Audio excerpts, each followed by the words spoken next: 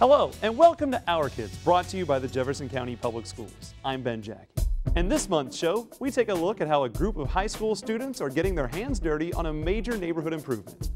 You'll see why some students aren't letting the walls of their classroom confine their learning, and you'll get a look at some new fashion accessories for making good grades. Plus, we have these stories from our Ballard, Fern Creek, and PRP high school student correspondents.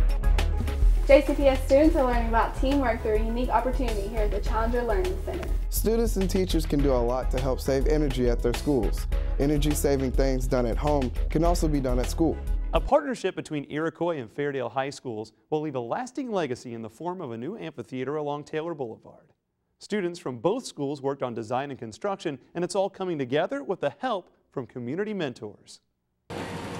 Currently, right now, we're building the amphitheater that the students have designed within our school, and the Fairdale kids have come over today to go ahead and start moving dirt and setting up for the third wall. They're going to be putting in some foundation and setting it up for the masonry kids that are going to come out as soon as they're finished to start laying their first course. The two schools joined together through Skills USA and also with ACE Mentor program. The kids in the engineering department at Iroquois High School decided to come up with this idea, and the board approved it, so we started on it. And at the same time, we realized that Fairdale High School kids with the heavy equipment science could collaborate with us and move the dirt and put it to where we want it, much like what's happening today. We're basically building the trenches, running the heavy equipment and different things like that. Back grading this, so whenever the water, if we do get a nasty rain in here, that it won't fill up right here where we're working, so it's not real muddy. They're putting in the rock down into the trench that we've made for the third wall. They're modifying a ramp or some kind of little chute to put in there so that it doesn't go all over the place. All this is tied in with our math and our English, you know, and it's preparing us for the real world work life every day. Whether they're an operator or whether they're up here working on geometric construction right now, they're trying to figure out how to build this chute. Everything that we do in the classrooms academically is being used at some way or fashion here. We're using our verbal skills and stuff like that to communicate to each other what we want to do. Our kids have been presenting this presentation to a variety of different people. Just recently they were talking to the American Society of Civil Engineering and presenting this project. In the math, we're doing like set heights for the trenches and different things like that and calculating our slope. The engineering kids have to come up with exactly how many blocks they need, how many tons of 57 rock that they need or things like that. How much dirt was calculated, how much we were going to need, how many trucks we're going to bring out. I've always been fascinated with heavy equipment and diesel motors and different things like that. I mean, outside working. I go to Fairdale High School because of our heavy equipment program. A lot of different facets of academics are being used, and hopefully they'll be able to use this real world experience later on. We like it. It's nice. It's nice to have a program like this.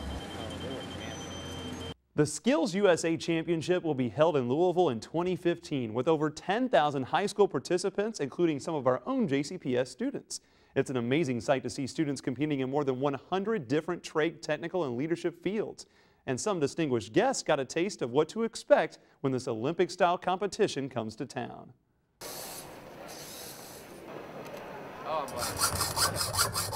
Skills USA is a national organization for students that are enrolled in technical pathways. And the students that are here today are demonstrating their technical skills as well as their professional skills in interviewing and talking with the public and networking. Just kind of a small sample of some of the skills that we've been trying to work with them in carpentry and engineering and architecture as well as robotics. And it's just a great opportunity for everyone to come together and to kind of showcase what they're doing. The competition has definitely been really interesting for the fact that typically the amount of time you would have to complete a project would be more than 4 hours, but you do have a limit of 4 hours to get multiple things done, including like a flyer, a design concept for a website, a 3D model for a display, things of that nature. These students, we're looking at college and career ready. So we know that 45% of our students straight out of technical high school programs go to work, and the other percentage goes on to a post-secondary experience, and some go to the military. But it's so important today for students to have not only the academic skills, and we believe it's a three-part process. It's the technical, the academic, and what we like to call the employability skills. One of the best things about career and technical education is it's hands-on learning. A lot of it's learning by doing and learning by trial and error, and our students tend to work in those type of environments really well when they can see the product of something immediately. You know, in an area like Louisville that, you know, especially in recent years with the economy and businesses starting to kind of pour into here, this gives our kids a kind of a direct connection into future endeavors. It teaches them that some of the skills they have that extend beyond, you know, books and content knowledge, math, English, science, and social studies, to apply that into something that they can use not only for something they enjoy, but also to make a living and, you know, have a future career in. The lighting was showing good in the kitchen, like it just happened to be a light that was in the kitchen. It was shining off that. I was like, oh, that looks good. Just the challenge of it all, and really being in a business setting, like it's really more professional than just being at school around people in normal clothes and have to dress up a certain way. I think that part really helps.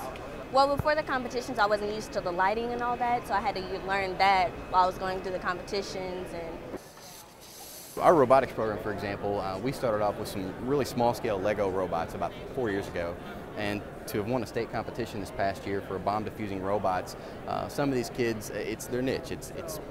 This gives them something to take ownership in. The robots you'll see behind me, they designed them, built them. They're not some instruction manual that they got. I mean, this was all from scratch, and so they were given a task and told, here's what needs to be accomplished, and you figure out the best way to do that. This is made out of effects parts. We have a cortex, a camera, a gripper, and lights, and 10 motors. Skills USA has definitely helped build my resume. I've won regionals and state first place the past 2 years, and that actually helped lead to me getting a job as a graphic designer for Orange Leaf, Kentucky, so that was pretty cool. It really shows our community that we have some great things going on at our school, that we have some great kids who are really doing some phenomenal things. Students in the Communication, Media, and Arts career theme at PRP High School recently won the High School Marketing Challenge with their Reach Out ad campaign. Now they've been chosen by the Kentucky Museum of Art and Craft to work on a new project. Michelle Wise reports. Students at PRP have come together to form PRP Creative Group, a student-run ad agency. Their success has taken them to an award-winning campaign. It all started with the campaign we did for AdFed, the High School Marketing Challenge, and from there we were recognized by the Kentucky Museum of Art and Craft. We met with Julie Yoder with the Kentucky Museum of Art and Craft to find out more. Our mobile museum are 23 different suitcases that teachers can rent. Each suitcase is filled with real handmade art objects by Kentucky artists, along with books, lesson plans, and many other materials that we think can help teachers to teach their programs. PRP Creative is now part of the Kentucky Museum of Art and Craft mobile exhibit. The mini museum that they created was on the theme of advertising design. And so they contacted me to see if my design class might be interested in putting together some things from last year's Louisville AdFed marketing campaign. This ad campaign won first place in the AdFed Challenge. It was about teen depression, the causes, and how to get help. PRP students are glad they are making a difference at their school and now around the state. I feel like I've changed someone's life because with it going throughout Kentucky, it shows other kids that it's not hard for someone without a lot of experience to do something like this, because we're only high school kids, and the posters mostly mean that kids should reach out and stay strong, and that you shouldn't give in to depression just because something is going wrong in your life. This is a mobile museum. Teachers can check it out and teach a lesson. PRP students hope that their information can teach others advertising design and maybe help others suffering from depression. Reporting for our kids, I'm Michelle White. The journey to becoming the best urban school district in the nation begins with the Vision 2015. All JCPS students graduate prepared. Melissa Payne spoke with students from kindergarten to 12th grade about how expanding their horizons prepares them for their next step in life. Every year, JCPS students from kindergarten to 12th grade further their knowledge in each and every subject. However, students gain new knowledge with each passing grade level.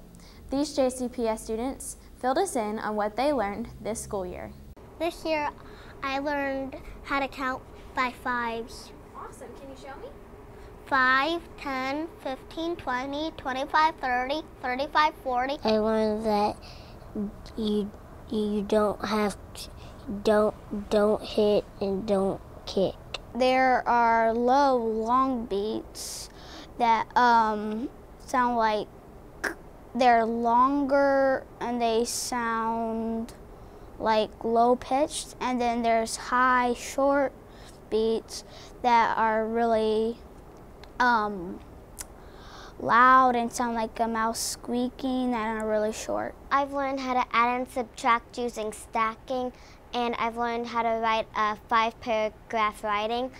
And outside of school, I've learned how to use my manners and be safe. Perimeter, you add up all the sides. Area, it's length times the width. We learned about Native Americans and different kinds of Native Americans. I've been learning about Africa and like how the people there, they adapt to living in the hot climate and stuff. Studies, I learned about the Crusades, the basically like knights going around killing people over religion. I've learned a lot of things. I learned that I liked history more than I liked math. I used to think I liked math more than anything, but when I learned about my own country and how it's developed and how it is now, I figure I like history more. Academically, I learned how to use art in different perspectives in my life and have imagination where I'm needed the most. Academically, this school year, I've learned how to write better, and I've learned a lot about I don't know, just more of a work ethic type thing in school, and These JCPS students are on a path to success. For Our Kids, I'm Fern Creek correspondent Melissa Payne. We have a lot more stories about Our Kids coming up, so stay with us. Do you need help providing school clothes for your child? The 15th District PTA Clothing Assistance Program can help provide uniforms and other clothing. Make an appointment with the Family Youth Resource Center at your child's school. Donations of new and gently used uniforms and clothing are also accepted. Call 485-7062 or 485-7450 for more information. I always say Louisville can be the best city in America, and lifelong learning is critical to our success. To be the best, we need a highly educated workforce to help our businesses and our economy grow. I'm Mayor Greg Fisher. Kentucky recently adopted new Common Core academic standards designed to better prepare our students for college and the global economy. For more information, go to raisethebarlouisville.org. Welcome back. You're watching Our Kids, sponsored by the Jefferson County Public Schools. I'm Ben Jackey. Foster Traditional Elementary has recently started a new tradition with a first tie ceremony. Students who earned all A's, had no unexcused absences or behavior incidents, and are proficient in math, reading, or both, earned the principal tie. The principal says it's all about motivation. Leilani Barclay.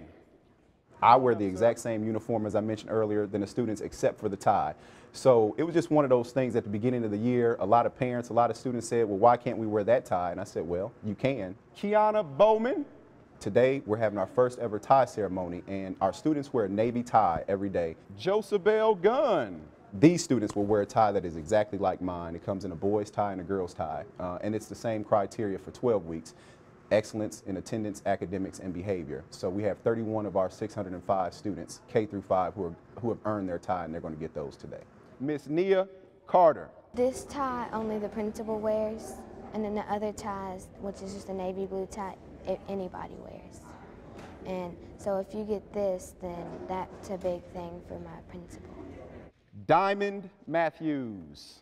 To get this tie, I had to get all A's. I couldn't get any incident reports, and I had to be here for every day. We took really hard tests and math tests and stuff, and you had to get a proficient or a distinguished, and it was really hard, so I had to try my best.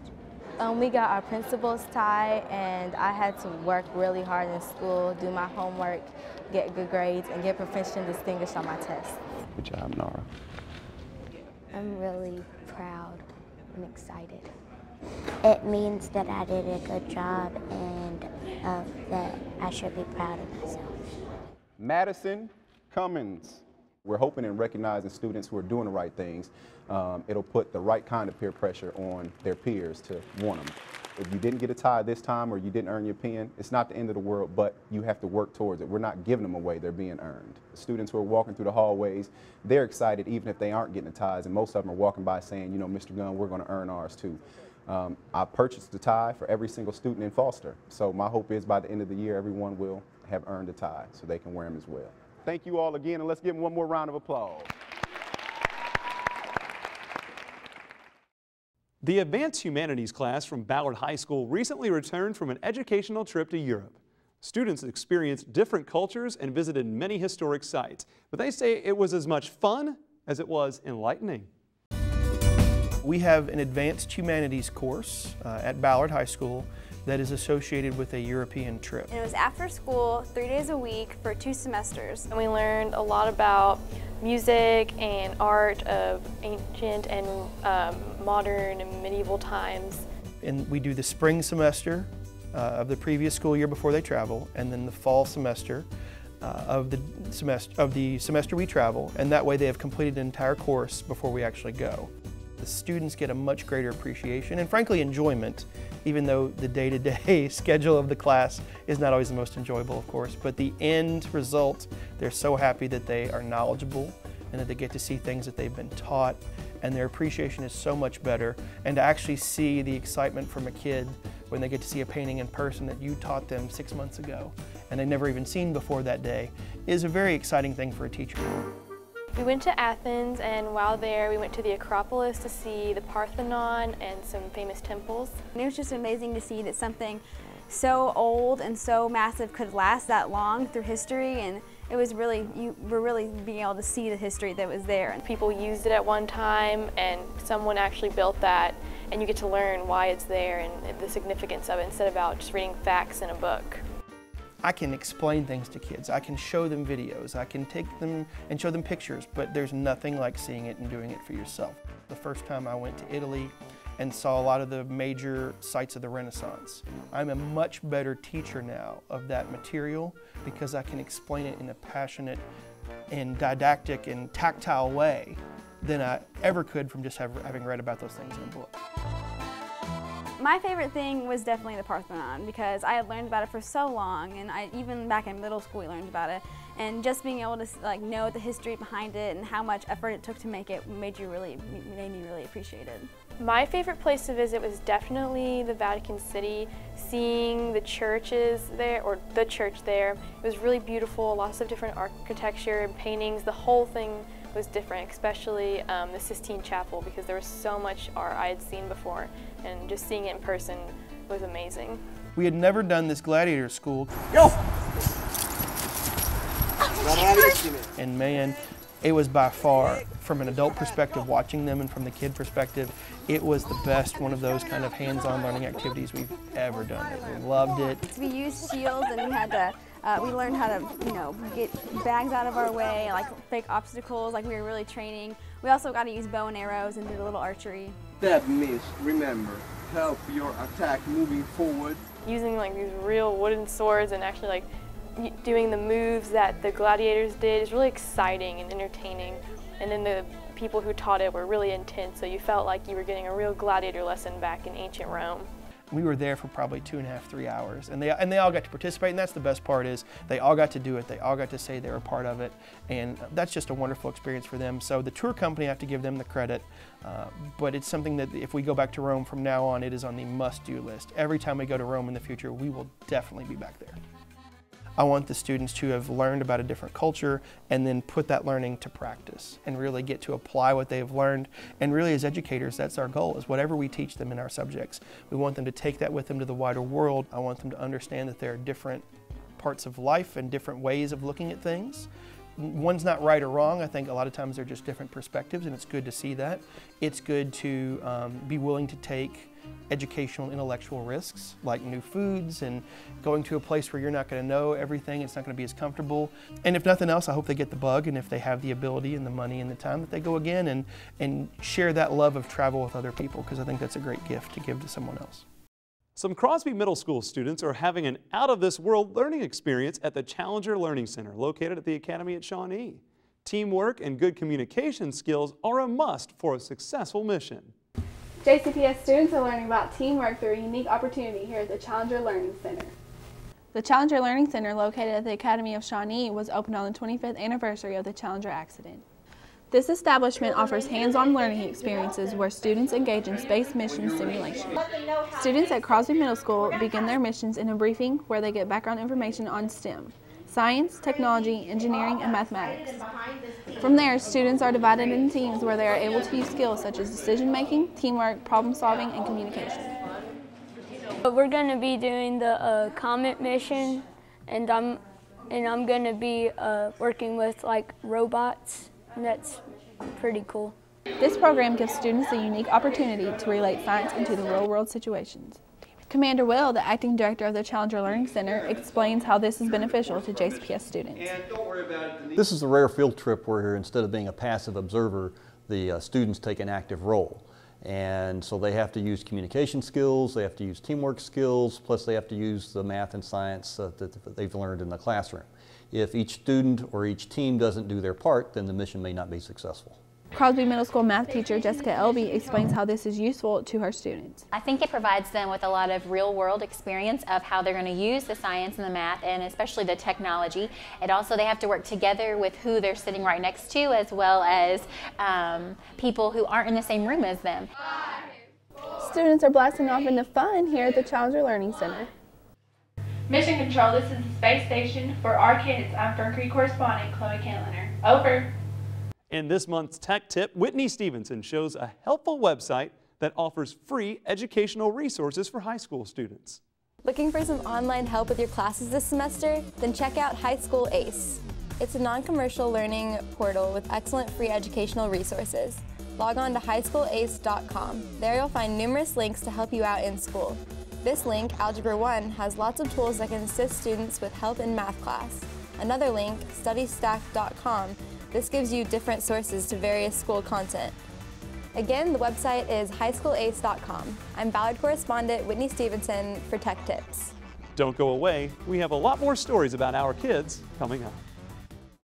So I heard Kentucky has these tougher national academic standards called Common Core, and I didn't know what to think. And then someone told me my child's test scores may not look so good compared to the old standards, and I'm thinking, hold on. So I logged on to raisethebarlouisville.org and learned how teachers use the standards to get my kids prepared for college and how I can help them at home. And now I'm thinking, this is going to be great. Raisethebarlouisville.org. Be a part of the solution. The portal is your online link for information about your child's grades, test scores, attendance, career choices, and much, much more. It's a fast and easy way to stay on top of what your child is doing in school. If your child's teacher has set up a virtual classroom, you can log on to JCPS Online and access grades for class assignments or communicate directly with teachers. The Parent Portal offers a convenient way you can stay involved in your child's education. Welcome back. You're watching Our Kids, brought to you by the Jefferson County Public Schools. I'm Ben Jackey. For the last 50 years, Eastern High School has continued to evolve into one of the largest and most successful high schools in our region. However, the Eastern High School building, well, it hasn't been able to keep up the pace until now. We take you to the dedication of Eastern's recent expansion that has allowed the Eagles to spread their wings. All hail to dear old Eastern High, loyal, staunch, and true. May love abide as on. Today, we are here to dedicate this building, or actually rededicate the old and dedicate the new. The new construction of Main Street, this auditorium, the library, offers an open and inviting space for all of you, for our faculty, and for our community. We're with High School of Business and FBLA, Business of America. We'll be deciding to take over this coffee shop at the beginning of the year. Our old Eastern remains in the structure of the old building, and we see remnants of it, like the smokestack in the hallway. Students, you are a unique part of Eastern lore now. You were the ones that said farewell to some treasured Eastern items, such as the tunnel. You watched them demolish the hut. You were the ones who trudged through layers of dirt and dust to get to classes on time. And you are the ones who first set foot in these spaces. The footprints you leave behind now will lead those who come next.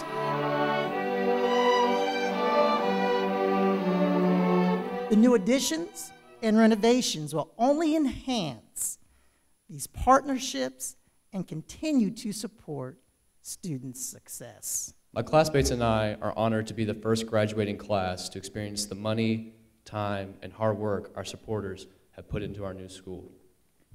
As we attempt to capture this milestone in Eastern high school history, we thought it was only appropriate to assemble a time capsule. The EHS coffee mug was picked to represent our entrepreneurial spirit, including the grand opening of the new EHS coffee shop. Our final contribution is a can of succotash. And the laughter is, it represents a couple of different things for us. Number one, it represents Holiday Caravan, which is our big contribution to the community every year, where we take baskets of food to those in need. A lot of you got to experience that. It also represents Mr. Hare, who is currently battling cancer. And, sorry.